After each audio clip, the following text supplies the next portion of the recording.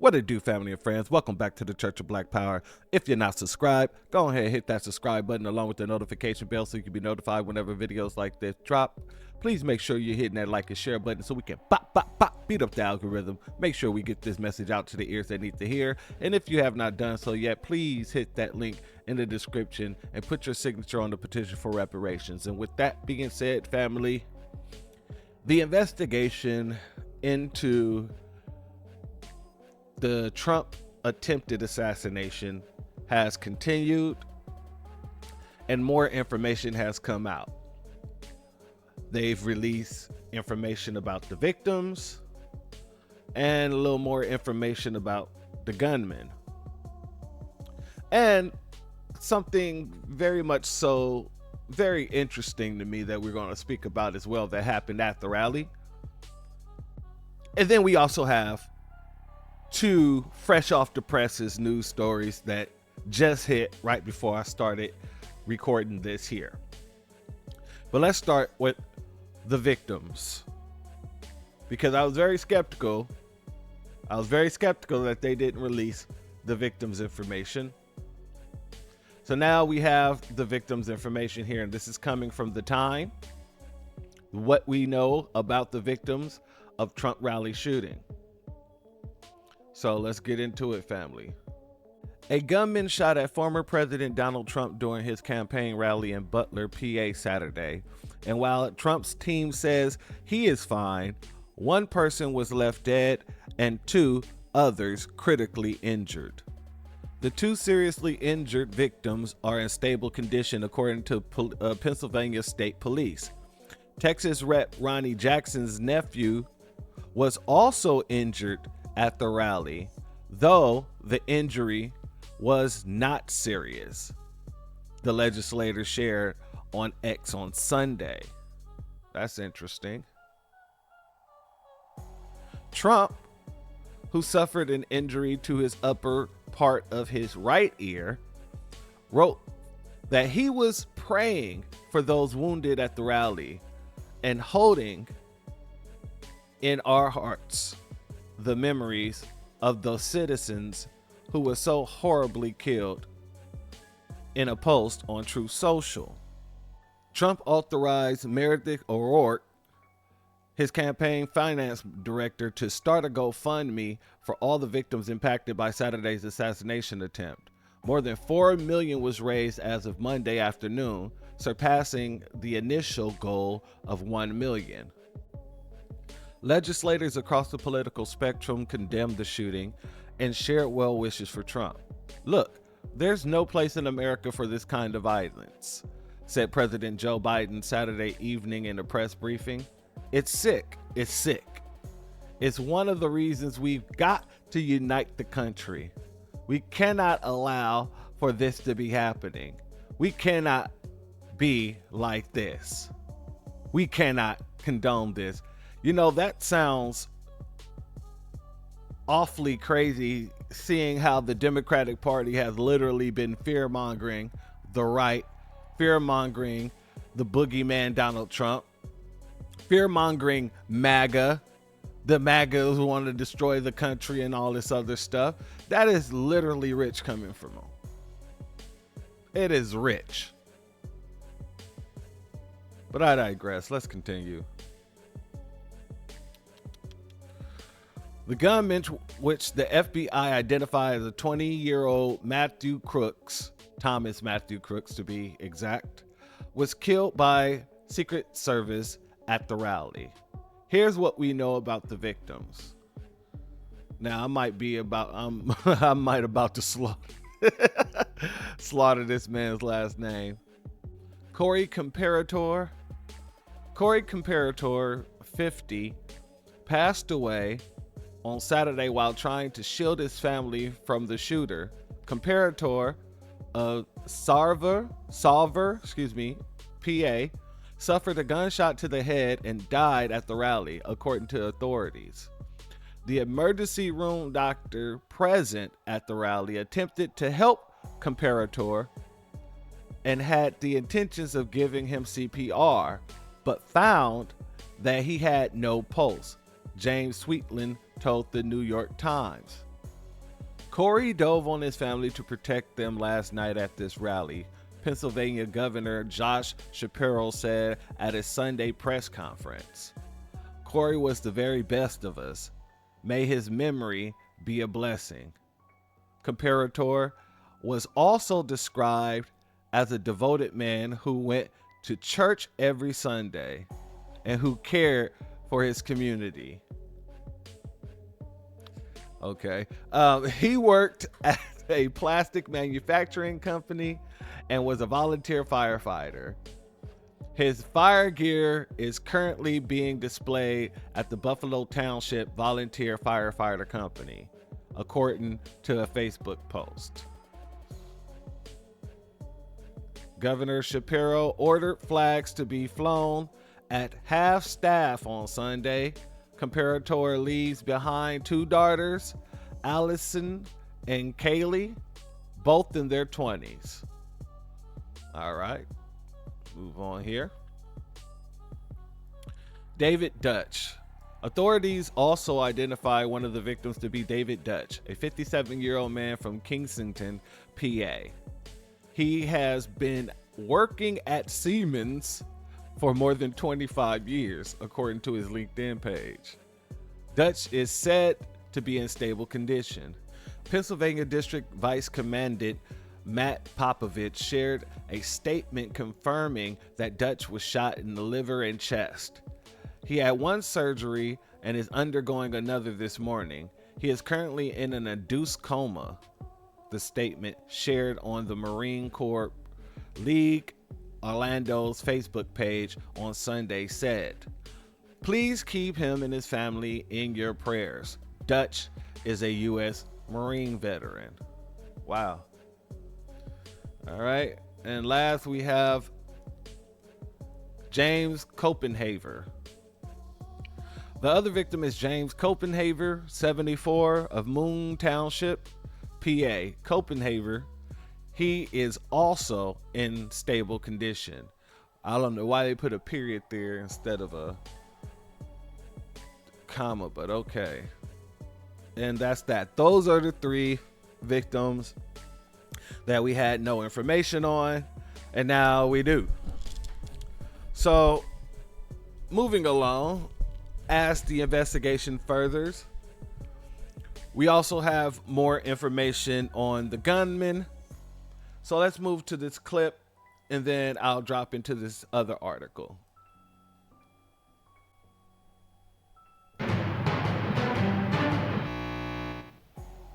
Let's take you live right now to Milwaukee, Wisconsin, where former President Trump is now in Milwaukee for the Republican National Convention less than 48 hours after surviving an assassination attempt over the weekend. He was seen pumping his fist on arrival and is expected to formally accept the Republican nomination for president this week following the shooting at a rally in Butler, Pennsylvania. A rally attendee was killed and two others are badly hurt. The Secret Service says it is fully prepared for the RNC and that there will be no anticipated changes to its security plans despite the attempt on the former president's life. So we are confident in the security plans that are in place for this event, and we're ready to go. It's been an 18-month process. We've worked together over that 18 months to develop operational security plans for any and all aspects of security related to this event. That's kind of wild. That is kind of wild. Just because they worked on what they were going to do to secure the location for 18 months does not mean that maybe you should do a little bit more up in the ante on it, since he was almost just assassinated at his last rally and you guys were there and you guys kind of dropped the ball. Even though he gave you credit for saving his life, that's fine and dandy. However, we're going to get into how I felt they dropped the ball in the next couple of segments. However, I just feel it's very wild.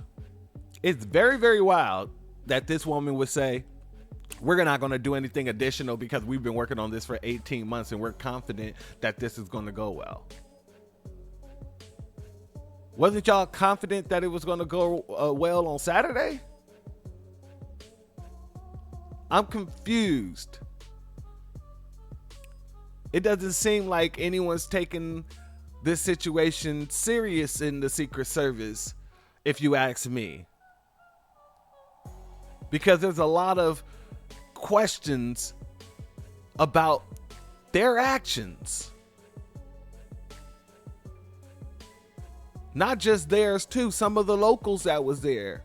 There's a lot of questions about their actions, but we'll get into that in a minute. But I just find that to be a wild situation. Let's check it out. Let's continue. The convention begins today, and according to the Milwaukee Police Department, at least 24 states and the District of Columbia are sending officers to the convention. Officials say additional departments could be added to the list up until the convention start.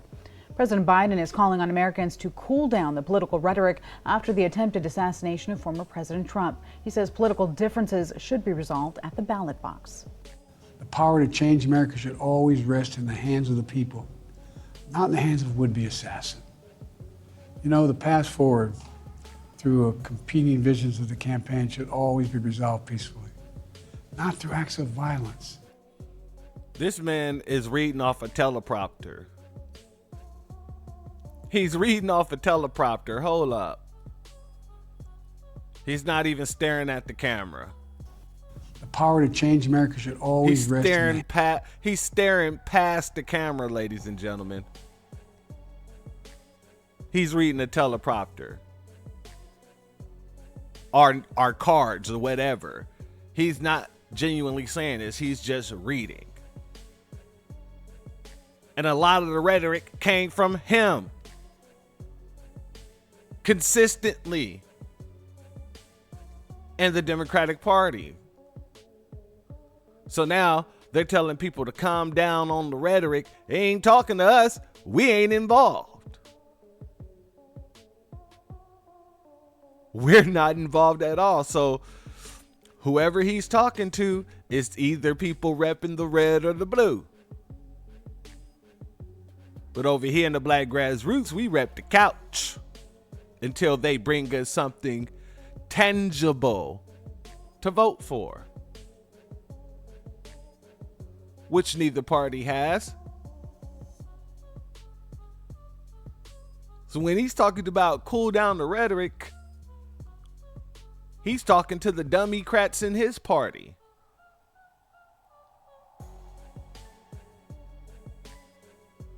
Because it's not going to look good if you keep on with the same Trump bad after someone just tried to assassinate him.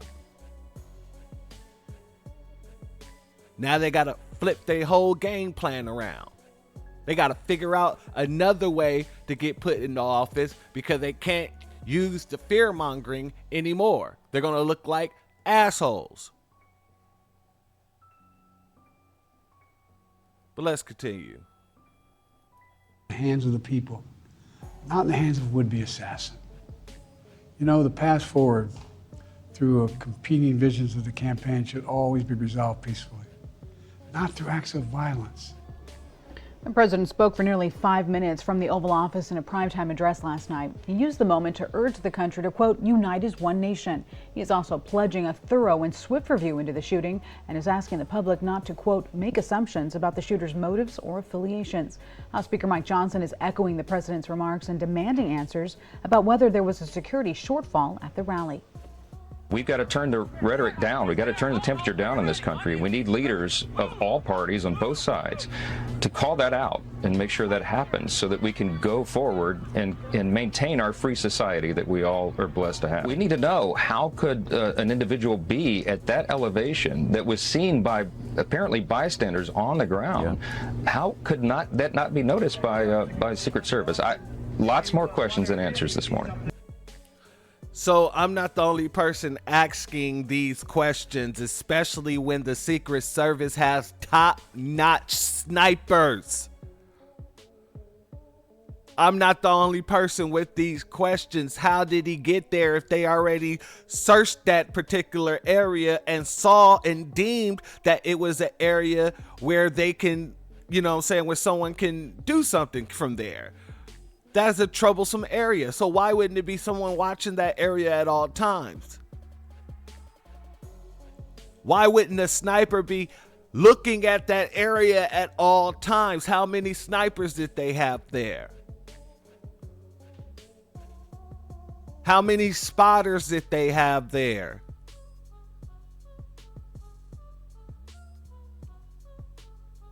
This is my question. Like, it just doesn't make sense.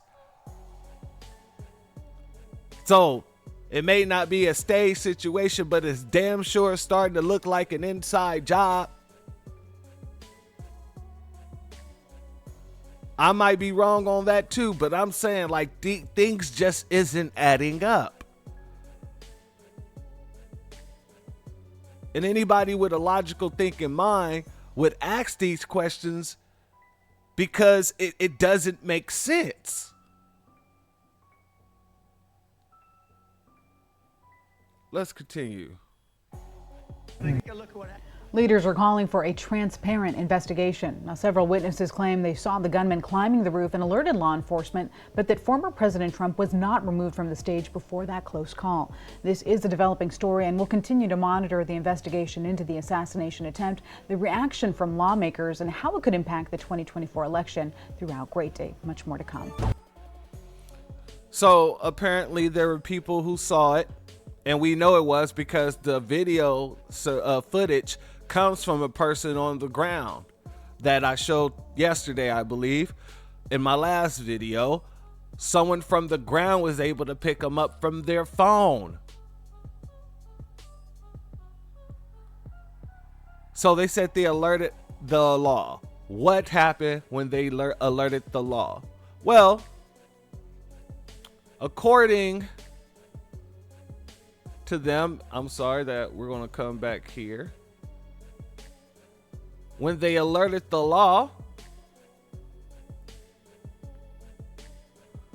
sheriff defend officer who failed to stop Trump shooter moments before assassination attempt.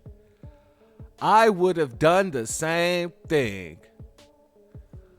Let's get into this, family.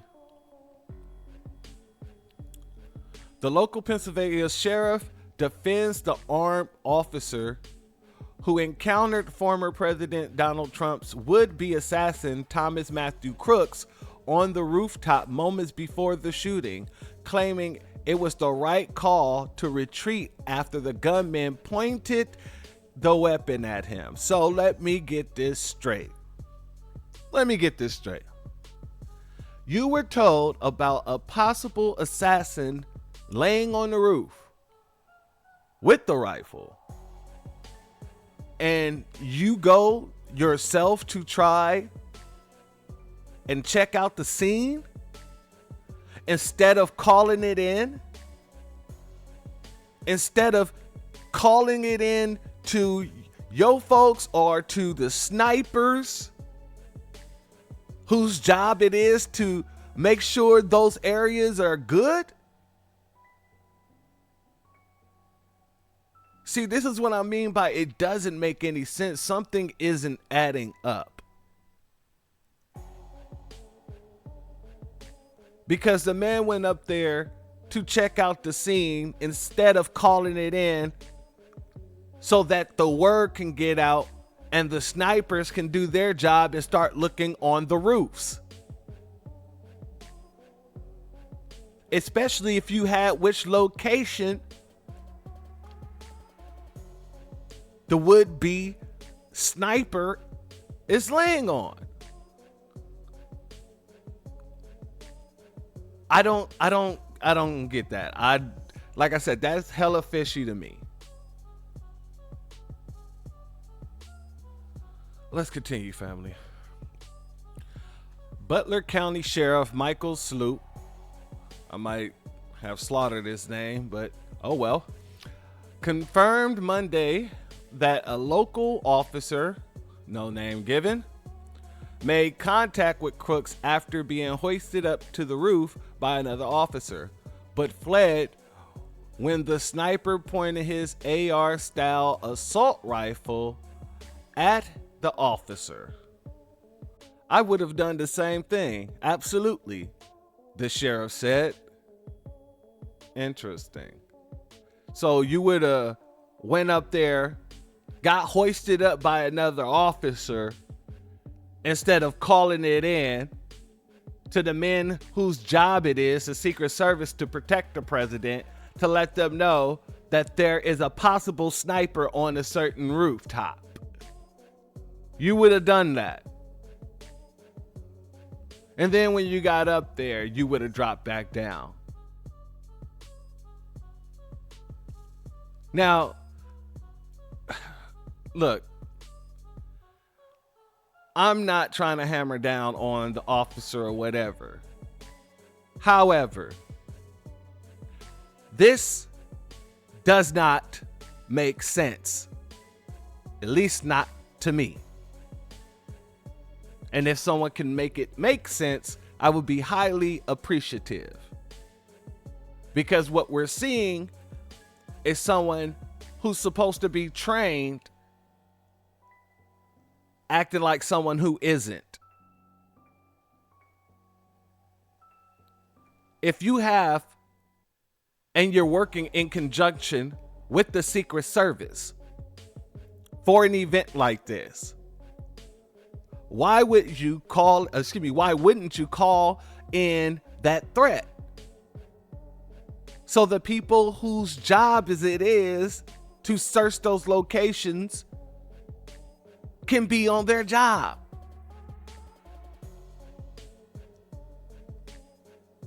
I don't know. All right, let's continue. All I know is that the officer had both hands on the roof to get up on the roof. Never made it because the shooter had turned towards the officer, and rightfully and smartly the officer let go, Sloop said. KDKA. The gunman immediately fired up to 8 rounds at Trump, wounding him and killing a hero firefighter in the stands. 2 others were also wounded. Excuse me. So, yeah, that's my major question on that. It's just very weird. But a little bit came out about the suspect as well. Come to find out, the young man just graduated from community college with an engineering AA degree. And he hadn't had any background issues. He comes from a family who has mixed registry, I guess you could say, when it comes to political parties. His father's a Democrat, his mother was a Libertarian. He himself was a registered Republican who gave campaign funds. I don't want to say campaign funds. He gave funds to a Democrat-led organization, Act Blue. So there's a lot of mystery shrined in this young man's background, because he literally just graduated from that community college 2 months ago. Let me see here.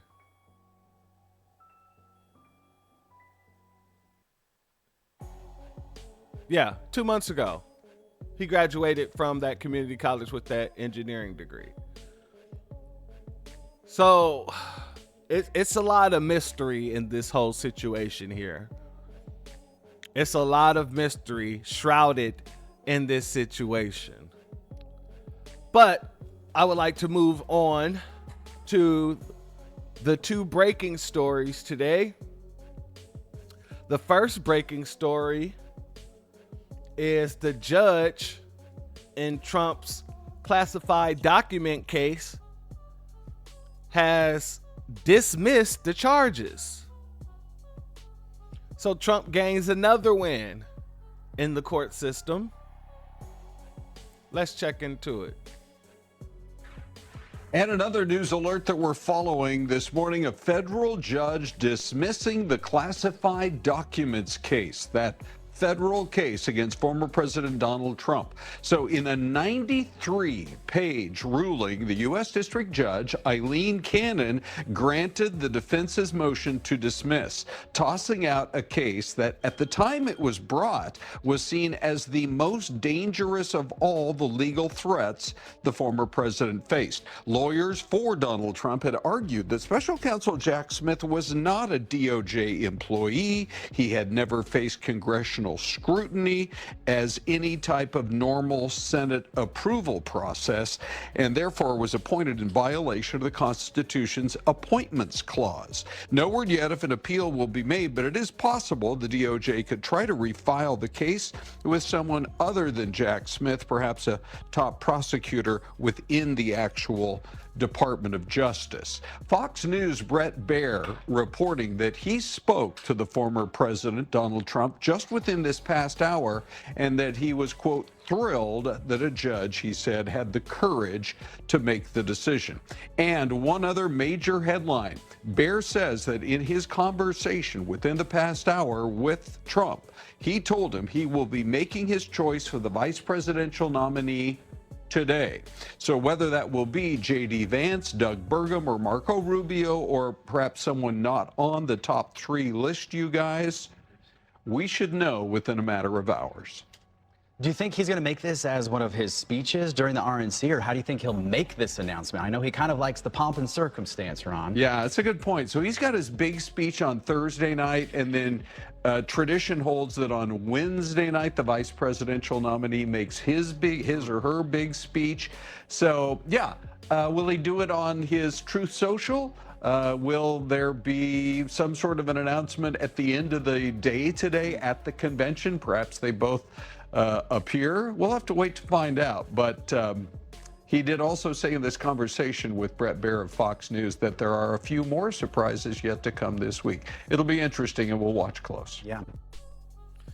All right, so that leads me into the second breaking story. Donald Trump has chosen his running mate, his VP, if you will. And survey says he picked Senator J.D. Vance, one of his former critics. And I'm not surprised. I'm not surprised at all. However, I am curious.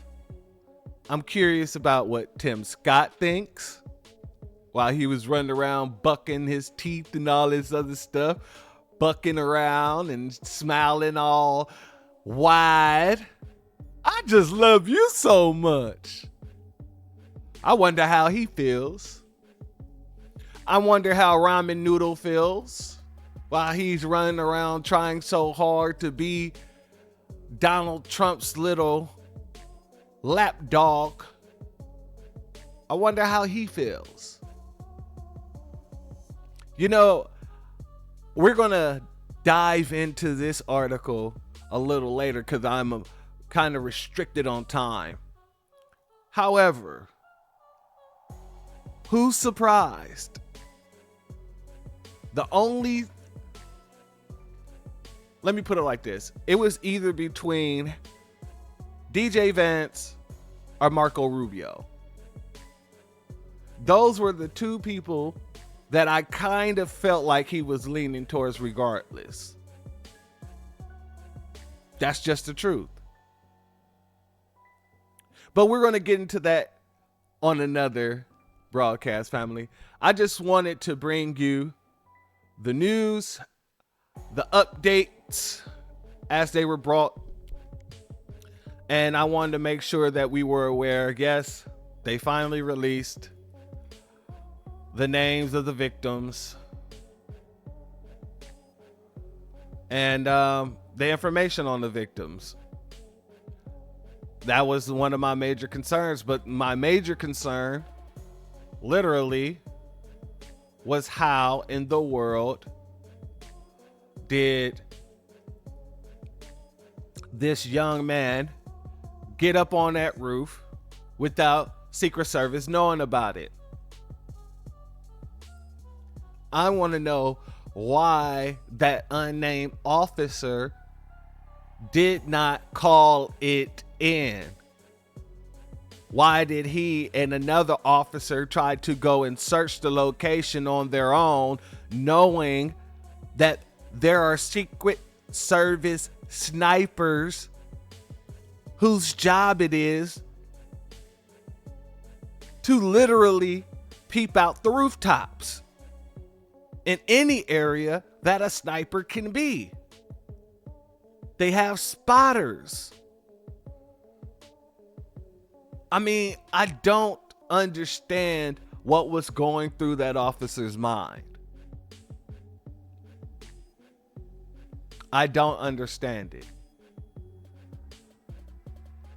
And I'm not going to, I'm not going to basically hammer down on him or her or whoever, because it's an unknown officer. But I am questioning this unknown officer and the logical thinking of the unknown officer.